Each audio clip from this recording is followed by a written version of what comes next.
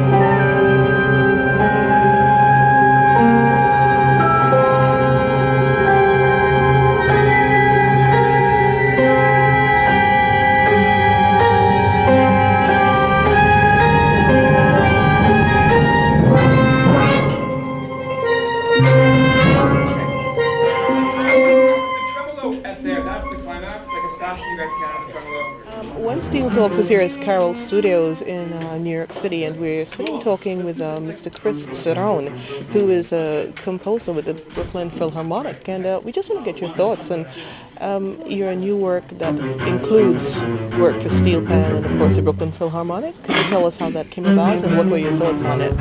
Alan Pearson called me maybe about in April, and he's the director of the Brooklyn music Philharmonic. director, yeah, exactly. And he suggested that I compose a piece for these two groups, and then he sort of said, I really thought that you'd be a great person for this project, and I said, well, why? I've never written for steel pans, and he said, well, you just, you have this, sense of color. And were you aware of steel pans as an instrument before? Actually, yes, definitely, because my very good friend is the composer Andy Akiho, and so I'd gotten to know all about the steel pans, and I remember sitting in his apartment and playing with his steel pans about 2 years ago and rolling on it really quietly and saying, Andy, how come you never use this sound? He said, I don't know. And I'm like, well, I'm going to use that sound if I ever write a piece for steel pans. So, of course, here we are 2 years later, and so when I composed the piece, I was heavily focused on quiet rolling in my piece.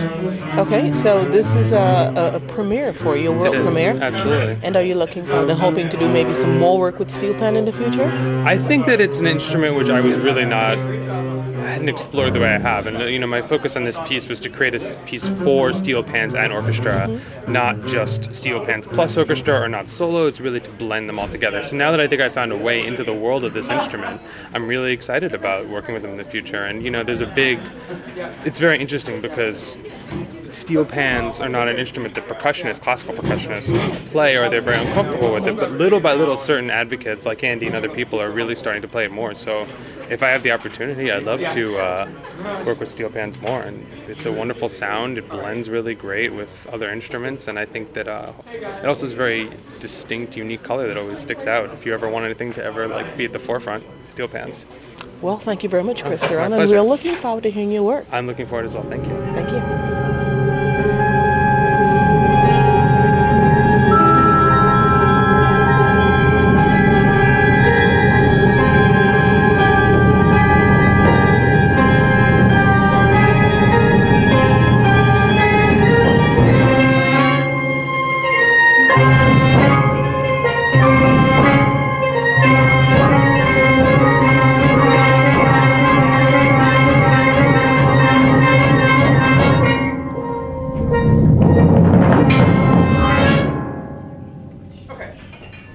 So when Steel Talks is in New York City at the rehearsal facilities of Carol Studio, and here we have Mr. Alan Pearson, the artistic director of the Brooklyn Philharmonic. We're really pleased to get a few moments of your time. You've been working all afternoon, so with Pan Sonatas Steel Orchestra along with the ensemble who've since wrapped up. Yeah. We just wanted to get your thoughts. It's your second season with the Brooklyn Philharmonic, and you guys are working toward essentially reflecting the musical culture of the eclectic mix of what makes Brooklyn unique. And of course steel orchestras and everything else, part and parcel of that. So tell us how this came about, what is your vision, and what else you'd like to share about it. Yeah, sure. Well, we started last year, as you've said it better than I could. We started out with the mission of making the orchestra one that was really reflecting all of Brooklyn's different communities. And we started last year with, we did an event in downtown Brooklyn that was really about the history of that sort of nucleus of Brooklyn, right along the river. And then we did an event at Brighton Beach, which is really centered on this very Russian immigrant community. Okay, and the folk. Yeah. And then we did a concert in Bed-Stuy that was focused on Bed-Stuy traditions, and that was featuring Yassine Bey, formerly known as Mos Def, who's from there. And we were always interested in expanding that. That was just the beginning.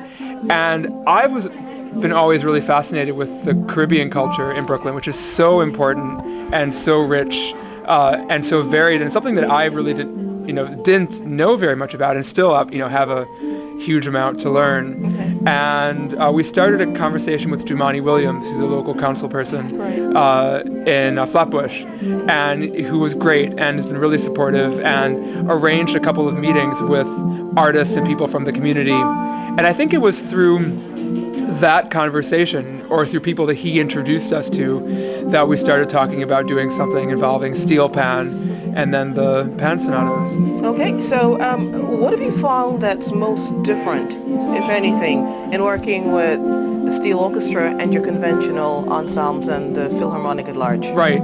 Yeah, it's really different. And that's the thing that's always really interesting doing this kind of cross-cultural work, is that people think in different ways. And it's great. Orisha, who's been leading the pan sonatas, is fantastic and indispensable as a kind of musical director. Yeah, and also as an ambassador. I've found in general with these kinds of collaborations that it's really important to have somebody who speaks both languages.